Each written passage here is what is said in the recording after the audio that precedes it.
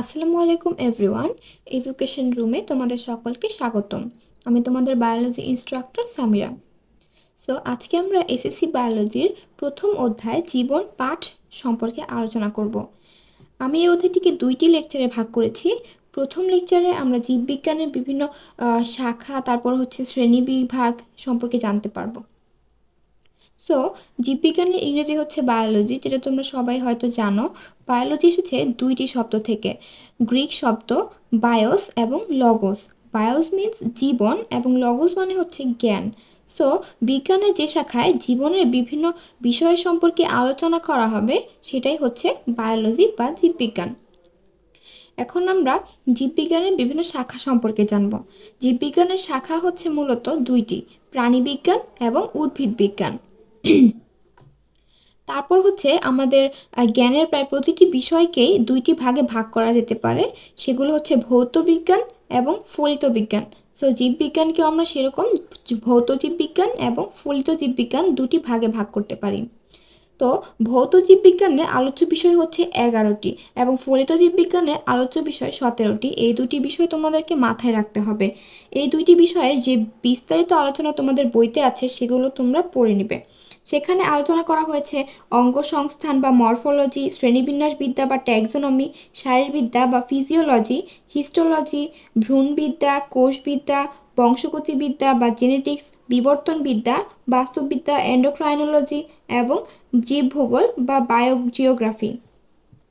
এবং ফলিত জীববিজ্ঞানের যে আলোচনাগুলো করা হয়েছে সেগুলো হচ্ছে জীবাশ্ম বিজ্ঞান, তারপর জীব পরিসংখ্যান বিজ্ঞান, তারপর পরজীবী বিদ্যা, মৎস্যবিদ্যা, কীটতত্ত্ব, অণুজীব বিজ্ঞান, কৃষি বিজ্ঞান, চিকিৎসা বিজ্ঞান, জিন প্রযুক্তি, প্রাণ রসায়ন, পরিবেশ বিজ্ঞান, সামুদ্রিক জীববিজ্ঞান, বন বিজ্ঞান, জীব প্রযুক্তি, ফার্মেসি, বন্যপ্রাণীবিদ্যা, বায়ো ইনফরমেটিক্স।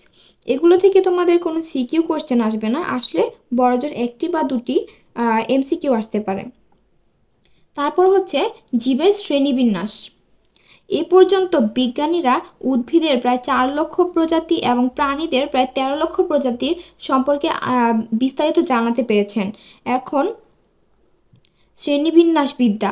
শ্রেণীবিন্যাসবিদ্যা হচ্ছে মূলত আমাদের সমস্ত প্রাণী বিজ্ঞানকে বা উদ্ভিদ বা জীববিজ্ঞানকে মূলত আমাদের একটি সুবিন্যস্ত সিকোয়েন্স আকারে জানতে হবে। সেই জন্যই বিজ্ঞানীরা শ্রেণীবিন্যাসবিদ্যা নামে বিজ্ঞানের নতুন একটি শাখা খুলেছেন।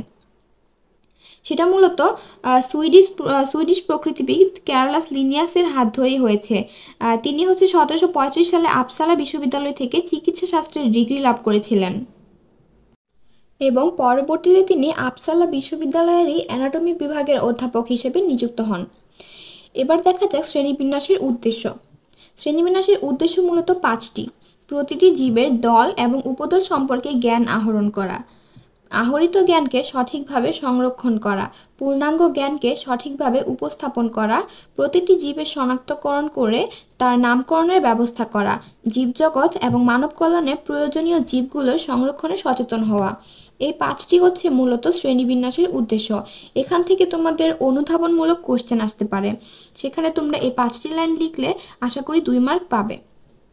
তারপর দেখা যাক জীবজগতের শ্রেণীবিন্যাসগুলো।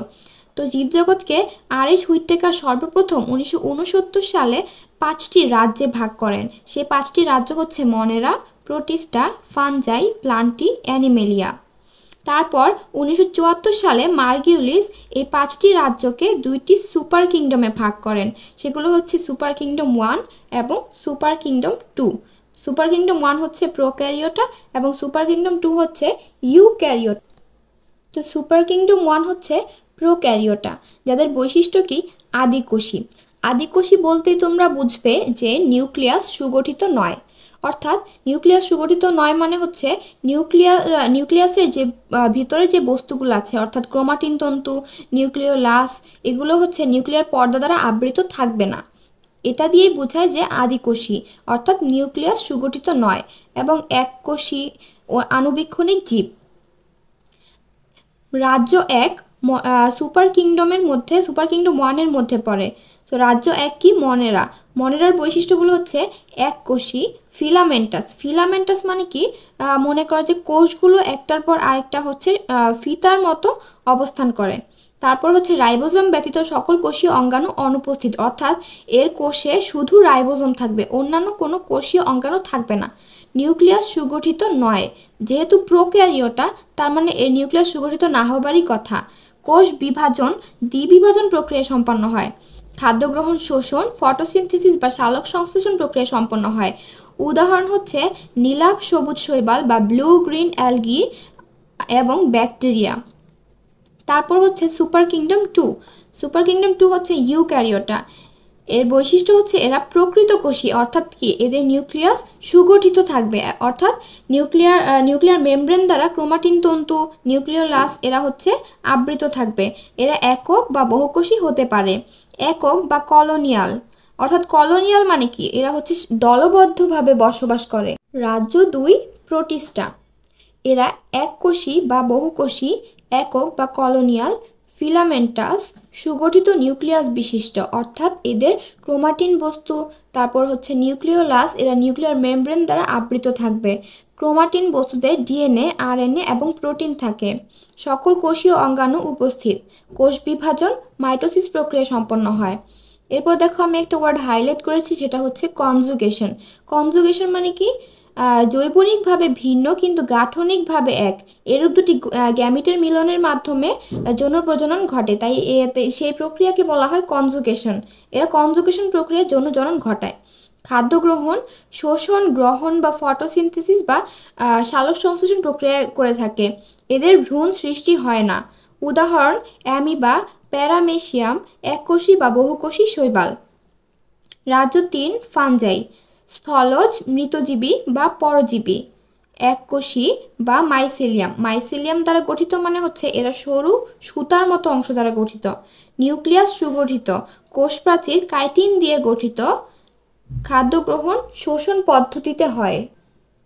ক্লোরোপ্লাস্ট অনুপস্থিত। হ্যাপ্লয়েড স্পোর দিয়ে এরা বংশবৃদ্ধি করে। উদাহরণ ইস্ট, পেনিসিলিয়াম, মাশরুম। রাজ্য 4 প্লান্টি। এদের নিউক্লিয়াস সুগঠিত, উন্নত টিস্যুতন্ত্র বিদ্যমান। যৌনজনন অ্যানাইসোগ্যামাস, অর্থাৎ ভিন্নধর্মী দুটি গ্যামিটের মিলনের মাধ্যমে ঘটে থাকে। এরা আর্কিগোনিয়েট, অর্থাৎ এরা আর্কিগোনিয়াম সৃষ্টি করে। আর্কিগোনিয়াম মানে হচ্ছে স্ত্রী প্রজনন অঙ্গ। এরা হচ্ছে সপুষ্পক। উদাহরণ উন্নত সবুজ উদ্ভিদ, অর্থাৎ আমরা আমাদের চারপাশে যত ধরনের উন্নত উদ্ভিদ দেখি, অর্থাৎ আম, কাঁঠাল, এসব গাছ হচ্ছে প্লান্টি রাজ্যের অন্তর্ভুক্ত। প্লান্টিকে আমরা দুইটি ভাগে ভাগ করতে পারি, ব্রায়োফাইটা এবং ট্রাকিওফাইটা। ব্রায়োফাইটা মানে হচ্ছে পানি সংবহনতন্ত্র বিহীন, অর্থাৎ এদের পানি সংবহনতন্ত্র থাকবে না, এবং ট্রাকিওফাইটা হচ্ছে এদের পানি সংবহনতন্ত্র থাকবে। ব্রায়োফাইটার উদাহরণ হচ্ছে অংশ হচ্ছে মসবর্গীয় উদ্ভিদ, এবং ট্রাকিওফাইটার অংশ হচ্ছে 3টি, ফার্নবর্গীয় উদ্ভিদ, নগ্নবীজী উদ্ভিদ এবং আবৃতবীজী উদ্ভিদ। রাজ্য 5 অ্যানিমেলিয়া। এরা সুগঠিত নিউক্লিয়াস বিশিষ্ট, বহুকোষী, হেটারোট্রফিক মানে হচ্ছে পরভোজী, জটিল টিস্যুতন্ত্র বিদ্যমান, যৌন প্রজননের মাধ্যমে বংশবৃদ্ধি করে। উদাহরণ প্রোটোজোয়া ব্যতীত সকল মেরুদণ্ডী এবং অমেরুদণ্ডী প্রাণী। এখন তোমাদের জানতে হবে 2004 সালে অক্সফোর্ড বিশ্ববিদ্যালয়ের থমাস ক্যাভলিয়ার স্মিথ প্রোটিস্টাকে প্রোটোজোয়া এবং ক্রোমিস্টা নামে দুটি ভাগে ভাগ করেন এবং মনেরাকে ব্যাকটেরিয়া রাজ্য নামে অভিহিত করেন। সো এখান থেকে আমরা যে রাজ্যগুলো পড়লাম সেই রাজ্যগুলো থেকে তোমাদের সিকিউ কোশ্চেন আসবে, সেখানে তোমাদেরকে উদাহরণ দিয়ে দিবে। সেই উদাহরণগুলো দেখে তোমাদেরকে চিন্তা হবে যে কোন রাজ্যের কথা বলা হয়েছে। তোমার বইয়ে যে ধরনের ছবিগুলো দেওয়া আছে উদাহরণে, সেই ছবিগুলো দিয়ে দিতে পারে। এখন তোমাকে মনে করো যে দিয়ে দিল একটা ব্যাকটেরিয়ার ছবি এবং একটা পেনিসিলিয়ামের ছবি, সেখান থেকে তোমাকে বলবে যে কোন রাজ্যটি অধিকতর উন্নত। এখন তোমাকে সিরিয়াল ওয়াইজ যেতে হবে, সিরিয়াল ওয়াইজ যেগুলো নিচে যাবে সেগুলো হচ্ছে ধীরে ধীরে উন্নত হতে থাকবে। অর্থাৎ আমি কি বলেছি, ব্যাকটেরিয়া কোন রাজ্যের অন্তর্ভুক্ত, মনেরা, যেটি হচ্ছে কি প্রোক্যারিওটিক, এবং পরেরটি বলেছি কি পেনিসিলিয়াম, সেটা হচ্ছে কি ফানজাই এর অন্তর্ভুক্ত, যেটা হচ্ছে কি ইউক্যারিওটিক।